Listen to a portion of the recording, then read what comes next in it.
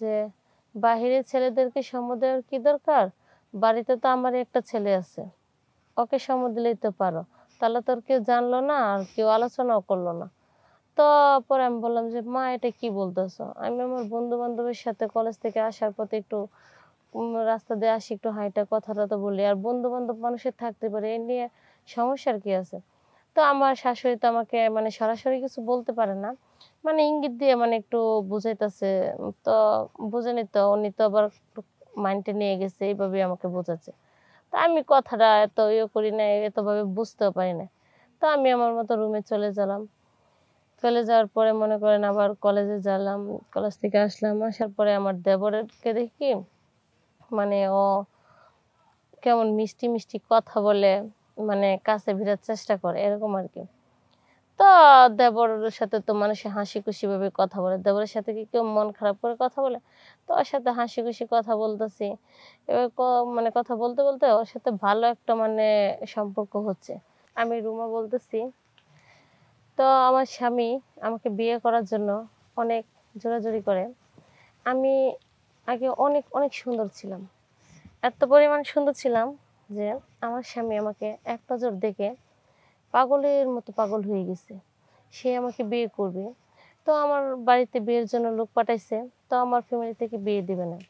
আমার ফ্যামিলিতে খুব সবার ইচ্ছা যে আমাকে পড়াবে, মানে অনেক পড়ানোর ইচ্ছা আরকি যে আমি ভালো পড়ালেখা করে মানুষের মতো মানুষ হব। সবার পাশে যেয়ে দাঁড়াবো। তো মানে কোনোভাবে আমার ফ্যামিলি থেকে রাজি হয় না। আর আমার স্বামীরও মানে জিদ যে আমাকে বিয়ে করবে। এত সুন্দর ছিলাম যে ও মানে এত লোক লাগাইতেছে মানে ও যেভাবে বিয়ে করবে। তো পরে আমার মা বলতেছে দেখো আমাদের তো ইচ্ছা আমাদের মেয়েকে খুব পড়ালেখা করবো। তো পরে আমার স্বামী বলল যে ঠিক আছে কোনো সমস্যা নাই। ওর পড়ালেখা মানে সব ও যতটুক পড়তে পারে ওকে আমি এতটুক পড়াবো। তাও আমি বিয়ে করতে চাই। তারপরে আমার মা মানে ভেবেচিন্তে দেখলো যে না ছেলেটা তো ভালোই, কথার ধরনও ভালো, ব্যবহারও ভালো। তো যেহেতু আমরা পড়াইতে চাইছি যেহেতু যদি ছেলেটা যদি পড়াইতে পারে, যদি কোনো আপত্তি না করে তাহলে তো বিয়ে দিতে সমস্যা নেই। তো পরে মনে করেন বিয়ে হইলো। হওয়ার পরে আমাকে কলেজে ভর্তি করলো।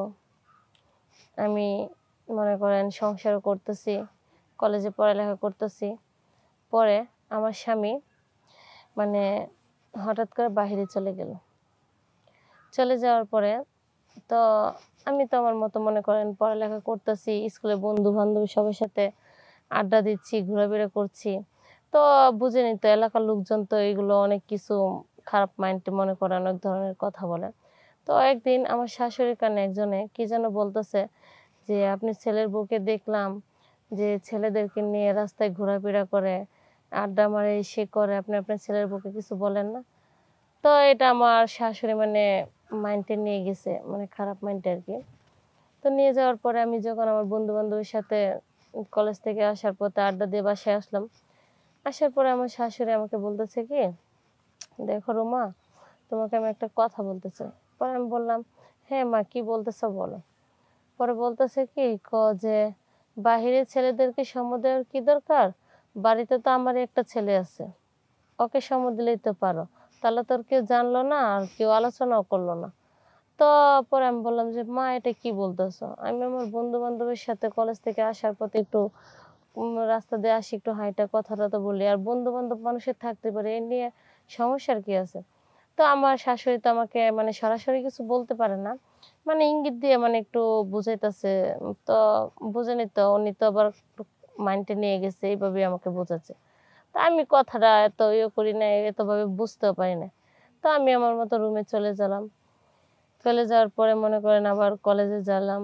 কলেজ থেকে আসলাম। আসার পরে আমার দেবরকে দেখি মানে ও কেমন মিষ্টি, মিষ্টি কথা বলে মানে কাছে ভিড়ার চেষ্টা করে এরকম আরকি।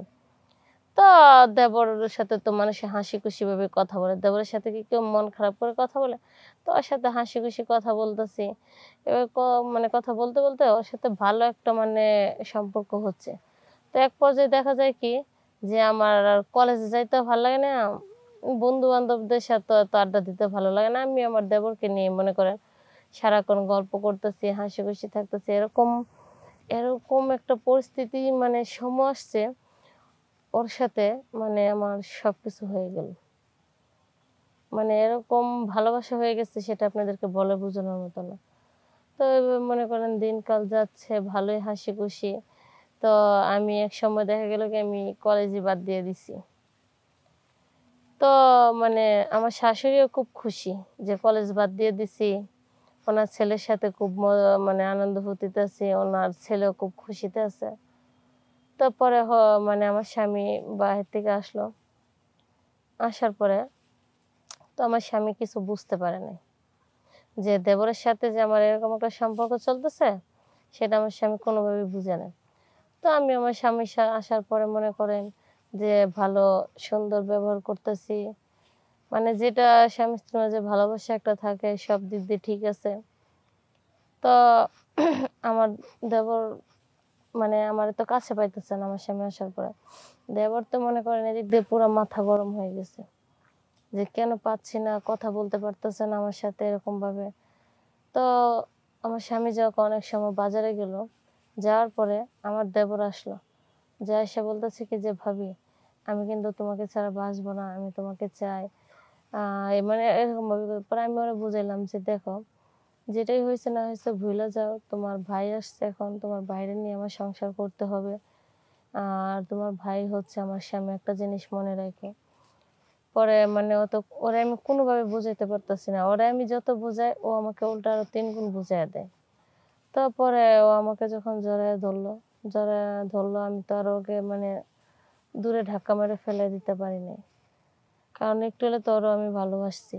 তো পরে যখন জড়ায় ধরার পরে আমাদের বিছানায় শুয়ে পড়লাম, এই মুহূর্তে আমার স্বামী হুট করে মানিব্যাগ রেখে গেছিল, মানিব্যাগ নিতে ভুলে গেছিল। তো নেওয়ার জন্য যখন আসছে আয়সা দেখে ফেলে, দেখার পরে এই নিয়ে বিরাট বড় একটা ঝামেলা হয়ে যায় আমাদের সংসারে। তো আমার স্বামী মানে কি আর বলবো, অনেক অনেক কান্না করছে আর আমাকে নিয়ে সংসার করবে না। তো পরে মানে এরকম একটা পরিস্থিতি, আমি আমার স্বামী ভালোবাসা থেকে বিচ্ছিন্ন হয়ে গেলাম। তো পরে দেবরও আমাকে করেন নাই, এভাবে আমি বাড়ি থেকে চলে গেলাম, আমাকে বাড়ি থেকে বের করে দিছে। তো আমি বলছি যে দেখো যেটা হয়েছে না হয়েছে আমাকে অন্তত একবারের মতো ক্ষমা করে দাও, যে আমি একটা বার আমাকে সুযোগ দাও, আমি আর এরকম ভুল করব না। তাও আমার স্বামী দেয় না। আমার স্বামী আমাকে অনেক ভালোবাসতো, অনেক বিশ্বাস করতো। আরও যে কথাগুলো বলছে সে কথাগুলো রাখার চেষ্টা করছিল। আমার আমি মানে আমার ফ্যামিলি থেকে খুব ইচ্ছা ছিল পড়ালেখা করানোর। আমাকে সে যেভাবে বলছে, আমার মাকে যেভাবে কথা দিছে, যত খরচপাতি আছে সব দিয়ে আমাকে এত পড়ালেখা করানোর চেষ্টা করছে, আমি করি নাই। আজকে আমি যদি কলেজ বন্ধ না করে আমি আমার বন্ধু বান্ধবের সাথে আড্ডা দিতাম, পড়ালেখা করতাম, আমি আজকে আমি স্বামীকে নিয়ে আমি খুব সুন্দর সুখে থাকতাম, শান্তিতে থাকতাম। এই যে মানুষের কিছু কিছু কথা মানুষে বলে না, তিল থেকে তাল বানায়, যে আমার জীবনে সেটা এরকমই হয়েছে। যে মানুষে আমার শাশুড়ির কানে কি বলল, আমার শাশুড়ি আমাকে কি বুঝাইলো, আমি কি বুঝে এরকম একটা ভুল করলাম নিজেও বুঝতে পারতেছি না, যার জন্যে আমি আমার স্বামীকে হারাইলাম। সবকিছু হারায় নিজের ভুল এখন বুঝতে পারছি। আমার মতো এরকম ভুল আপনারা কেউ করবেন না, সাবধান।